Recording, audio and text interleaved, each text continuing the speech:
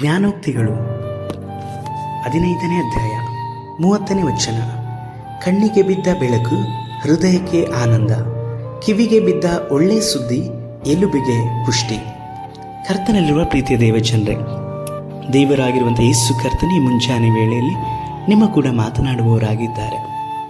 ಕೆಲವೊಂದು ಸಮಯದಲ್ಲಿ ನಮ್ಮ ಜೀವಿತದಲ್ಲಿ ನಮ್ಮ ಹೃದಯವು ನಲಗಿ ಹೋಗುವಂಥದ್ದು ಬೇಡವಾದಂತಹ ಕೆಲವೊಂದು ಕೆಟ್ಟವಾದಂತಹ ಶಬ್ದಗಳಿಂದ.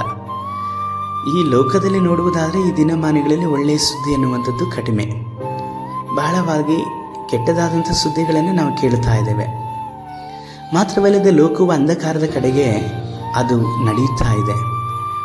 ನಾನೇ ಲೋಕಕ್ಕೆ ಬೆಳಕು ಎಂಬುದಾಗಿ ಯೇಸು ಕರ್ತನು ಬೆಳಕನ್ನು ಕೊಡಲ್ಪಟ್ಟು ಸಹ ಆ ಬೆಳಕನ್ನು ನಿರಾಕರಿಸಲ್ಪಟ್ಟು ನಿಜವಾದಂತಹ ಬೆಳಕಿಗೆ ಅವರು ಹಾತೊರೆಯದ ಹಾಗೆ ಬಣ್ಣದ ಬೆಳಕಿಗೂ ಅದರ ಹಿಂದೆ ಇರುವಂತಹ ಅಂಧಕಾರದ ಬೆಳಕಿಗೂ ಸಹ ಜನಗಳು ಮರುಳು ಹಾಕಲ್ಪಟ್ಟು ಅವರ ಆತ್ಮಗಳನ್ನು ಸಹ ನಷ್ಟಪಡಿಸಿಕೊಳ್ಳುತ್ತಾ ಇದ್ದಾರೆ.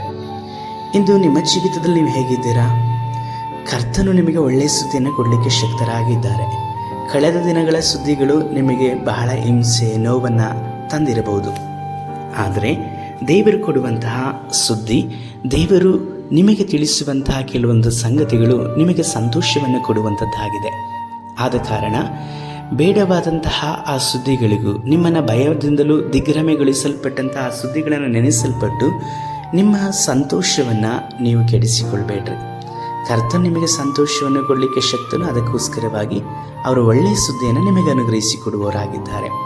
ನಿಜವಾಗಿಯೂ ಕರ್ತನು ನಂಬಿಗಸ್ತನು.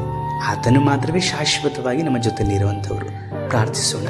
ಸರ್ವಶಕ್ತನಾದ ದೇವರೇ, ನಮ್ಮ ಕಣ್ಣಿಗೆ ಬಿದ್ದಂಥ ಬೆಳಕು, ಕಿವಿಗೆ ಬಿದ್ದಂಥ ಸುದ್ದಿ, ಅದು ಬೆಳಕಾಗಿಯೂ ಒಳ್ಳೆಯ ಸುದ್ದಿಯಾಗಿಯೂ ನಮ್ಮ ಜೀವಿತದಲ್ಲಿ ಸಂತೋಷವನ್ನು, ಸಮಾಧಾನವನ್ನು ಕೊಡುವ ಹಾಗೆ ನಡೆಸಲ್ಪಡಲಿ.